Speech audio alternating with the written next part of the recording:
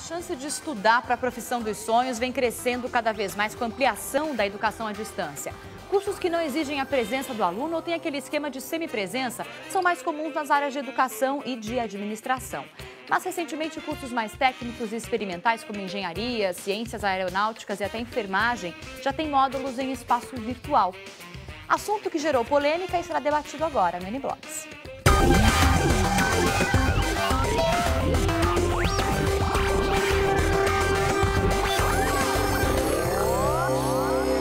Olá, muito boa tarde a você que acompanha o N-Blogs. Começa agora ao vivo para todo o Brasil, aqui pela Record News.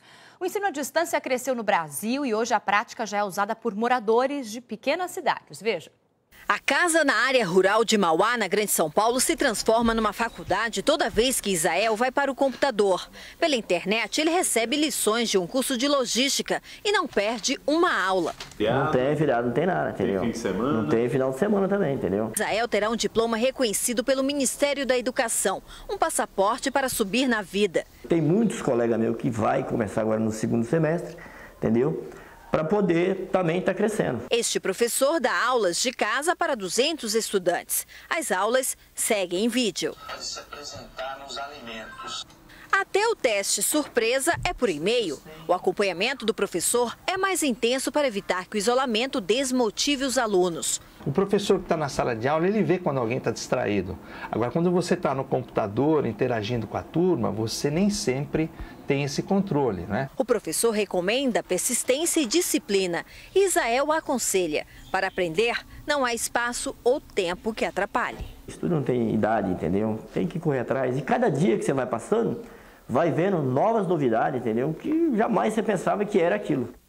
Bom, para falar sobre educação à distância, eu vou conversar agora com o professor André Genesini, do SENAC, também da Associação Brasileira de Educação à Distância, além da blogueira convidada de hoje, que é a Rosana Herman, do Portal R7. Obrigada pela presença. Obrigada a você. Bem-vindos. Falando de um assunto importante que leva a educação para lugares cada vez mais distantes e de difícil acesso às escolas. Né? Qual que é a importância do ensino à distância dentro dos métodos de ensino que a gente tem aqui no Brasil? A importância do ensino à distância, Fabiana, é estratégica, porque a gente não consegue atingir todo o Brasil usando só escolas e universidades normais. Por exemplo, o governo do estado do Amazonas atende 30 mil alunos do ensino médio usando educação à distância porque não consegue chegar na selva. E esse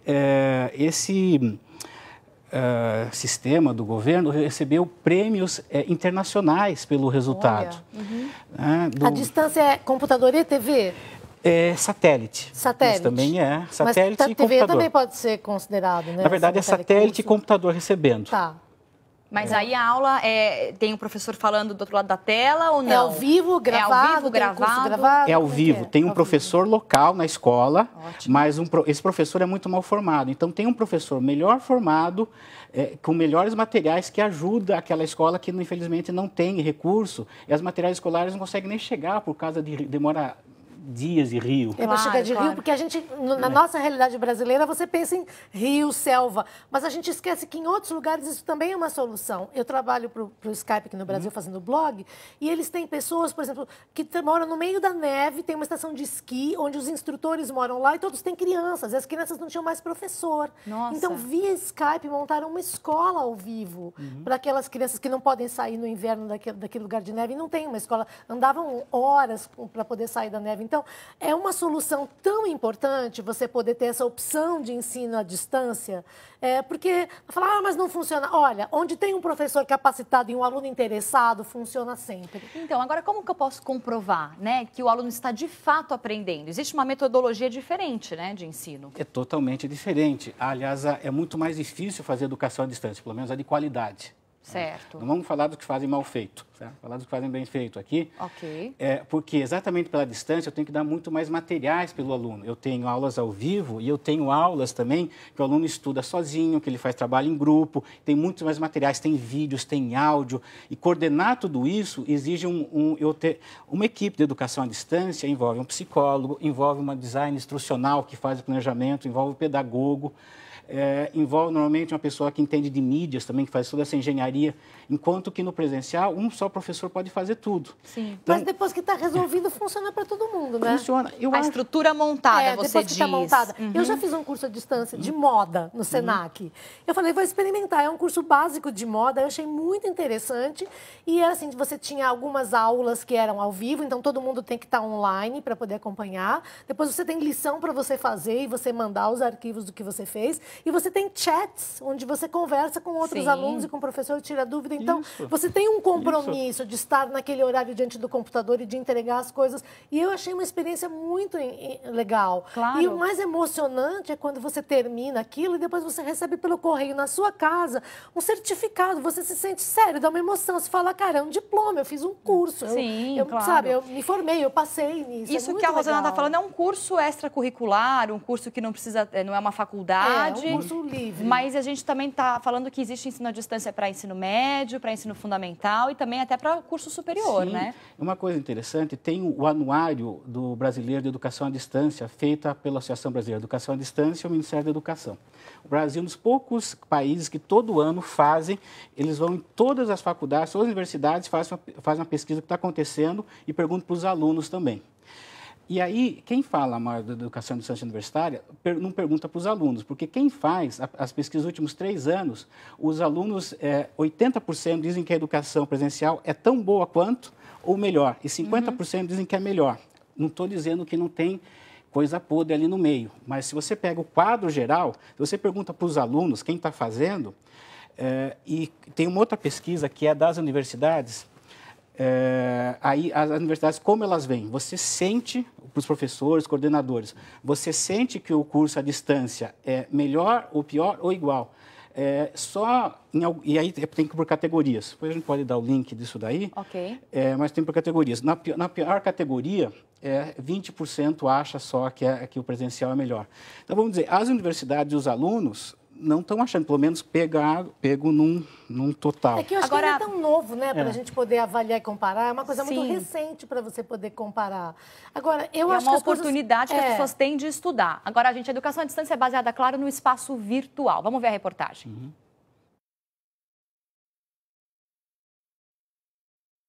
Nos últimos anos, o que já era uma bela mão na roda ficou ainda mais útil. O Fabrício, por exemplo, vive conectado. Na hora de fazer uma pós-graduação, ele não teve dúvida. O curso online, ele é um curso muito flexível, tanto em horários para você estudar, como em formas de você estudar. Eu posso estudar pelo computador, eu posso estudar pela apostila. Como um bom administrador, ele sabe que tempo é dinheiro. Não é qualquer pessoa que pode se aventurar no mundo da educação digital. É preciso, antes de mais nada, muita disciplina. Até porque o lar docilar pode estar cheio de distrações. Eu vejo que precisa que o aluno tenha uma disposição adicional. Não adianta a gente achar que o curso online está lá, ele estando lá eu estou aprendendo meio que por osmose. Não, você tem que buscar a matéria. Ele fica um curso de autosserviço. Alguns cursos, como o do Fabrício, são feitos através de textos, fóruns e chats online, supervisionados pelo professor. Hoje falaremos sobre os conceitos básicos de operações. Outros são ministrados diretamente de uma sala de aula high-tech como esta. Imagina a coragem que um professor tem que ter para afirmar algo com os alunos podendo acessar a internet até pelo seu celular e contestar o que ele acabou de dizer. Então, o professor de hoje ele tem que estar pronto para a contestação. Então, ele tem que saber mediar, saber jogar e focar na aprendizagem do aluno. Ou seja, o foco no passado era eu, professor, dono do conhecimento. Hoje, o professor é aquele que deve conduzir o aluno para a sua aprendizagem. Segundo o professor, o curso online é tão proveitoso quanto o presencial e não isenta o aluno de aparecer fisicamente de vez em quando. A avaliação para os cursos que não são regulamentados pode ser feita online. E olha, se o aluno quiser colar ou eventualmente não quiser aprender ou traz um colega para fazer por ele, na minha visão o azar é dele, porque ele que não aprendeu. Agora, nos cursos regulamentados, que são os cursos de mais longa duração, de especialização, tá certo? MBAs, etc., existem normas que fazem com que as avaliações e o maior peso para que o aluno possa ser aprovado e adquira aquele crédito são feitas presencialmente. Só no ano passado, 2 milhões de brasileiros fizeram uso do ensino à distância e a tendência é que este número cresça cada vez mais. Como a gente está falando aqui, o ensino à distância ela não é só para o ensino médio, fundamental, tem cursos extracurriculares e também cursos de graduação. No ano passado, durante o 6º Congresso Nacional, o Conselho Federal de Engenharia, Arquitetura e Agronomia aprovou uma resolução que não apoia a graduação à distância para formação em qualquer nível, né? Aí começa essa questão polêmica. A Universidade de Uberaba, em Minas Gerais, oferece graduação à distância para engenharia civil, ambiental, de computação, elétrica e produção.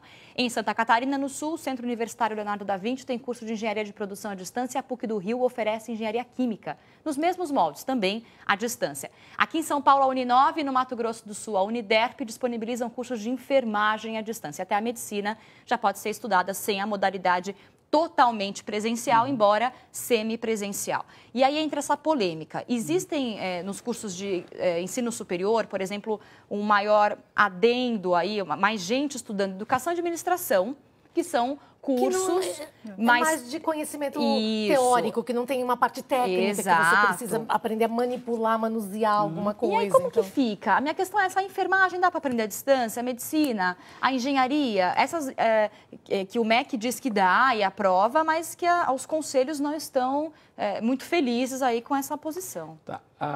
Primeiro, atualmente está sendo considerado à distância o que tem mais de 50% do curso ou 50% do curso à distância. Então, quando a gente fala à distância, não é que você não tem aula, é que você... Física, presencial. E muitas vezes você pode ter aula, mas num polo, quer dizer, tem vários jeitos de você levar, pode ter aula ao vivo. Lógico, eu entendo, respeito a decisão desses conselhos, mas... Eu acabei de chegar de um congresso mundial chamado EDMídia, que é um dos mais importantes de educação, que não é de educação à distância, é de educação, chama Mídias na Educação.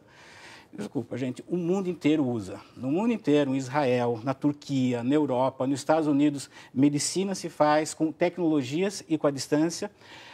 Tem a Universidade de Harvard, a Universidade de Medicina de Harvard, usa um sistema desenvolvido por um brasileiro que saiu da Poli, um ex-professor da Poli, que eles usam esse sistema para os alunos estudarem à distância, mas ajudarem médicos de países de terceiro mundo. Quando eu falo terceiro mundo, não é o Brasil, é muito, muito pobre. Países menos desenvolvidos. Então o aluno aprende assim, o médico está online com ele, ele apresenta um diagnóstico, mostra exames, e um aluno bem formado de Harvard, que está fazendo já terminando sua especialização, ajuda aquele médico a ver se o diagnóstico dele está indo para o lado certo ou não, feito com tecnologia brasileira. Ou seja, Harvard, a Universidade de Medicina de Harvard, uma das melhores do mundo, acredita, usa a tecnologia brasileira e nós acreditamos. Porque às vezes o conceito, assim, quando você vai explicar uma coisa nova, se a pessoa não entender no começo, gente, é difícil de recuperar depois. Então vamos entender do começo.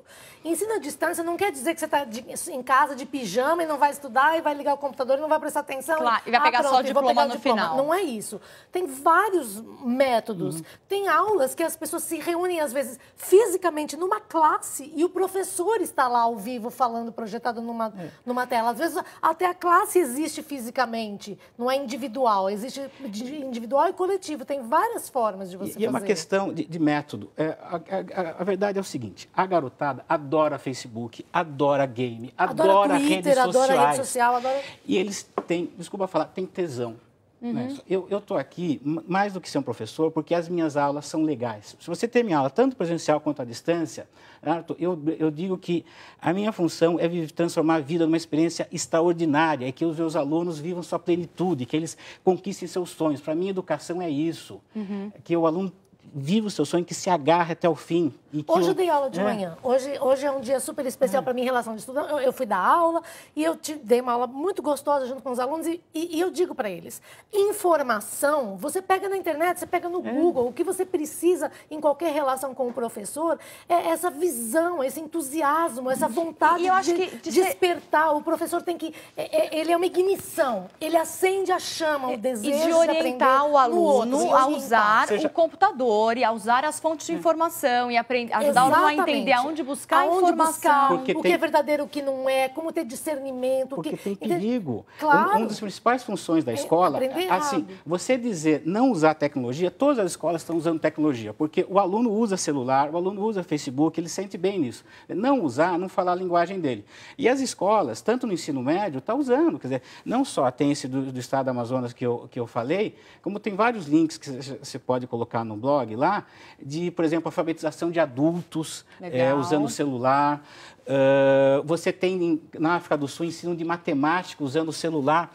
Na África do Sul conseguiram fazer os alunos gostarem de matemática, das coisas mais difíceis, até logaritmo, usando o celular, e usando celulares mais simples, não é esses smartphones. Esse negócio da...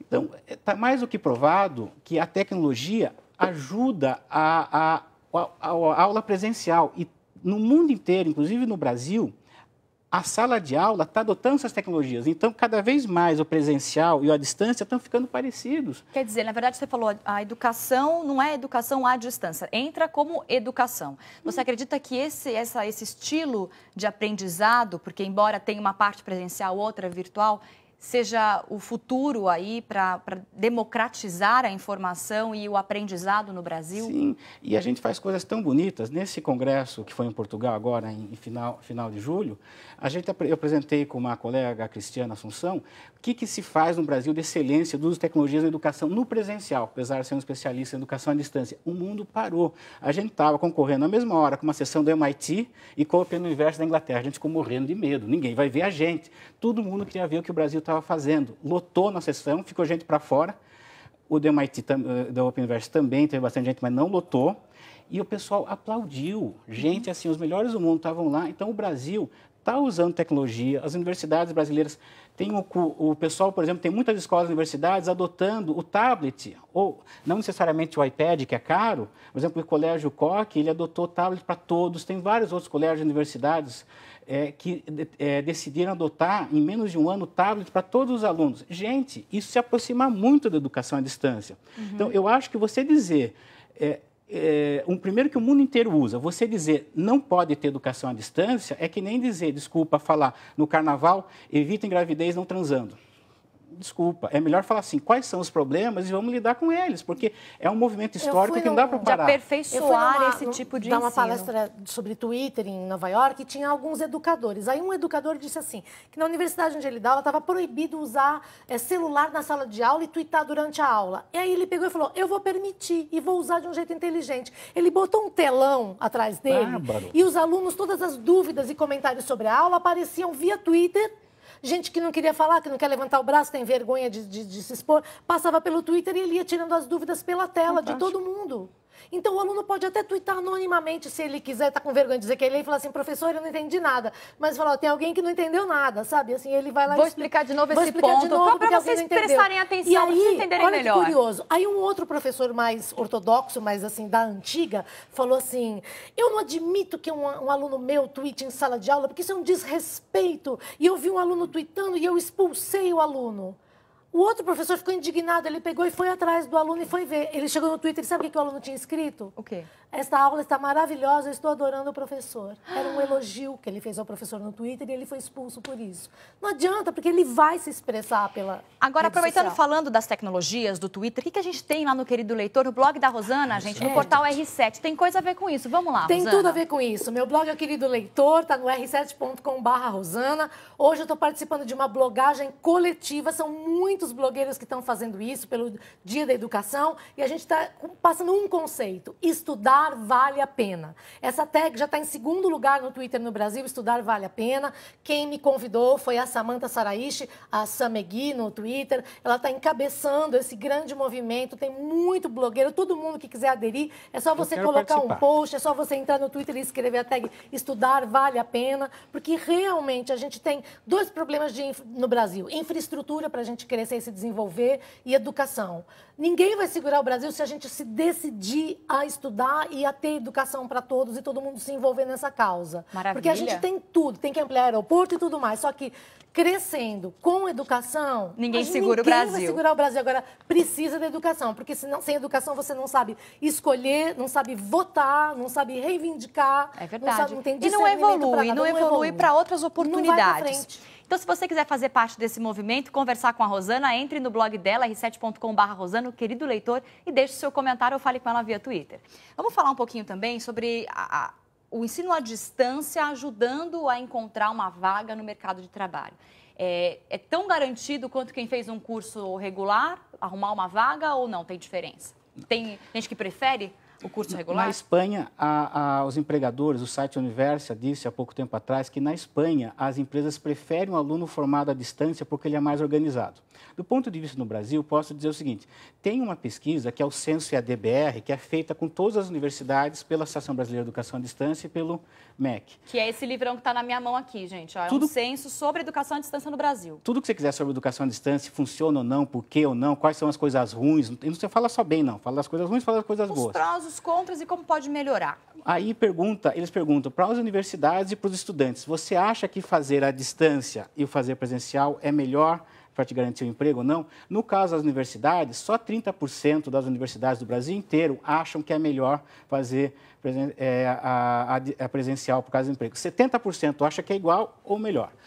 Do ponto de vista dos estudantes, só 10% acha que fizeram, dos estudantes que estiveram lá, acha que fazer a distância não é problemático para o emprego. Então, na verdade, é em função da universidade que você escolhe a garantia de emprego ou não. Em relação ao custo de um curso presencial ou de um curso à distância, tem diferença? É mais facilitado fazer a distância até para o pagamento?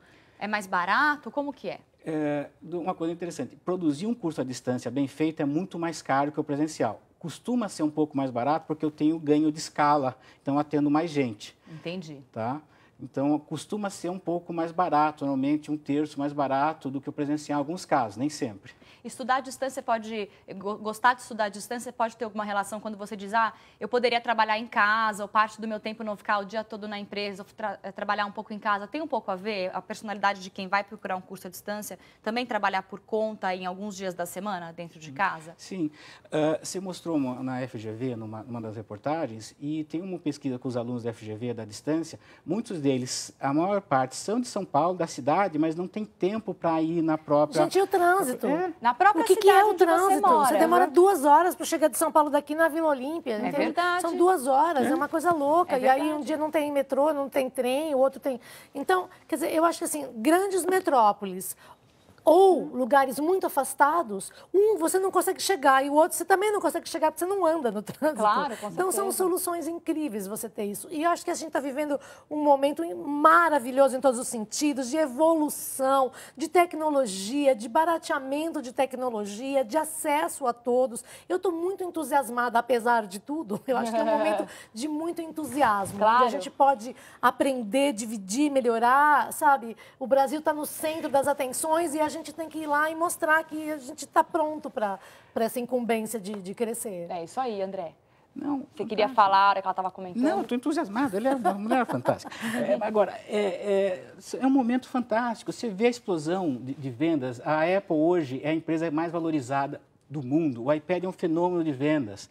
E de aprendizado. De aprendizado. Claro, você vê criança mexendo, você vê bebê de 6 meses assim, de mexendo dificuldade no de iPad. aprendizado, mexendo no iPad para aprender. E o que acontece é o seguinte, tudo bem, a escola brasileira não vai ter o iPad, mas você tem hoje tablets que custam $200 e pensa numa coisa, o iPad 1, que já não vende mais, daqui a 5 anos vai custar uns $200, $300 e com ele você já faz muita coisa. Sim. A outra coisa é que as pesquisas mostram que 3/5 das empresas grandes e multinacionais, as pessoas preferem trabalhar em casa e sentem que não precisam estar no escritório para fazer o que precisam. Eles precisam estar nos clientes, em outros lugares. Então, vamos dizer... Otimizar o tempo de trabalho, não só dentro do escritório. E aí, vou deixar um conselho aqui, particular aqui, que é, a gente cuida muito da vida dos outros, da vida alheia, e não cuida da sua vida. Então, tá rolando no Twitter, que eu acho lindo, sensacional promoção. Pague minhas contas e você ganha o direito de se meter na minha vida. Senão, você cuida da sua. Então, muito legal. Invista em você, aprenda. Tem curso de inglês, tem curso de tudo na internet de graça, tem ensino à distância, tem 1 milhão de opções. Então, dedique uma parte do horário que você se dedica à vida dos outros, em geral, para falar mal, dedique para a sua e para o seu crescimento. Estudar vale a pena. Eu espero que você tenha gostado do N-Blogs de hoje sobre educação à distância, esse panorama da educação à distância no Brasil. Agradeço a participação do André. Obrigada, André, pela participação. Infelizmente, o tempo terminou. A gente vai... Obrigada também, Rosana. E olha, se você quiser rever o programa, ter mais dicas aí, ou rever o que o André falou pra gente, a Rosana também, entre no portal r7.com/recordnews e lá vai aparecer o link do N-Blogs para você rever. Amanhã vamos falar sobre o papel do pai na criação e educação dos filhos, uma homenagem pro Dia dos Pais. Mande e-mail para N-Blogs ou dê sugestão via Twitter no @NBlogsTV. Te espero às 2 da tarde. Obrigada, até amanhã. Tchau.